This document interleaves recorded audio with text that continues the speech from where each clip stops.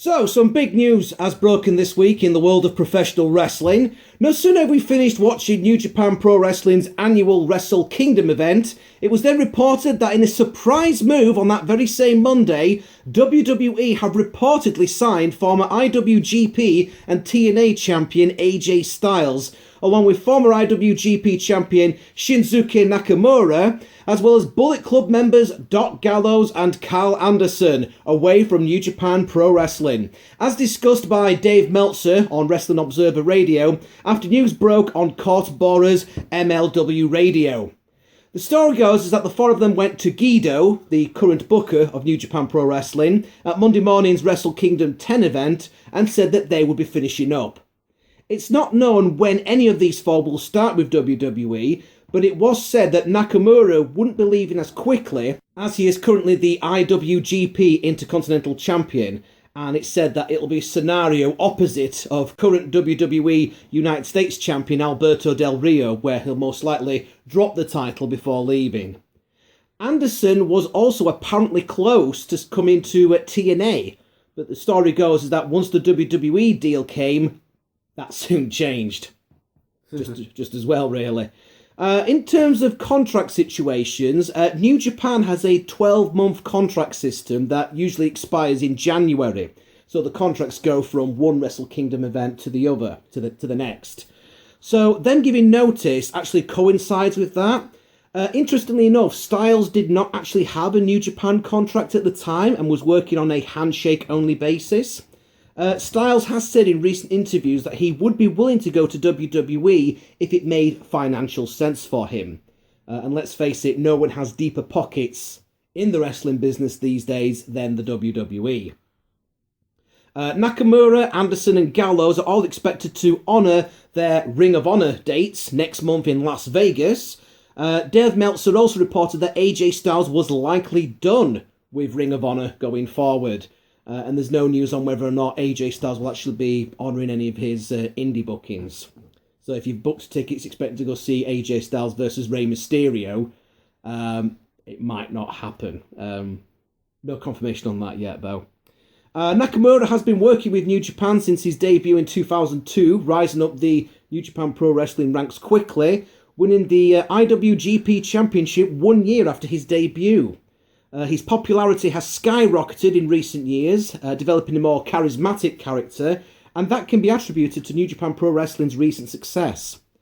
Styles had been working with New Japan since 2014, following him breaking away from TNA. He's delivered a number of excellent performances, including one with Nakamura this week, which has already been called a Match of the Year candidate. Anderson has been a part of New Japan since 2008, teaming with various people over the years, including Giant Bernard, who is the former Albert/Prince Albert/A-Train/Tensai, who is now actually the head coach of NXT, along with Hiroyuki Goto and Doc Gallows, who started partnering with him in 2013. Now, I would imagine that the foursome would be brought into NXT in order to bolster the touring roster, considering that a number of NXT stars are likely going to be jumping over to the main roster this year. Finn Balor, who originally founded and led the Bullet Club in New Japan when he wrestled there as Prince Devitt, had previously teased leading a stable in NXT. So it would be likely that we would see a Bullet Club reunion in NXT and that we'd see a new version of the faction in the WWE, possibly called the Balor Club, considering that both Balor and members of the faction have posed wearing the Balor Club t-shirts that WWE produces, which uses a deliberately similar design to the iconic Bullet Club logo.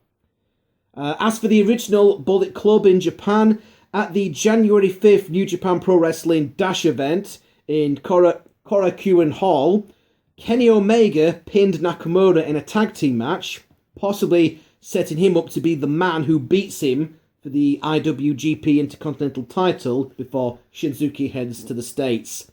Omega and the Young Bucks, 3 Bullet Club members not leaving the promotion, then turned on Styles and beat him down in what was believed to be AJ's final appearance for the company. Omega then took over leadership of the faction after declaring himself no longer a junior heavyweight. The Unboxed then later tweeted, "We had to make an executive decision," on their official Twitter account.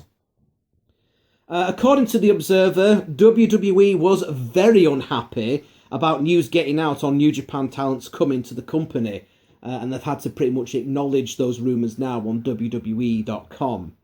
Part of the reason that WWE is upset is they were supposed to be surprises for the Royal Rumble this month.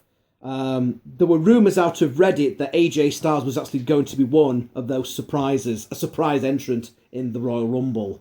Perhaps if the Bullet Club are going to be on big money contracts, then they might be brought onto the main roster straight away. If WWE is on the verge of signing Styles, it wouldn't seem to make much sense to give him a big money contract, then just to send him to NXT. But details are sparse at present time and things can change in a hurry. Either way, we'll have more on this story as it develops.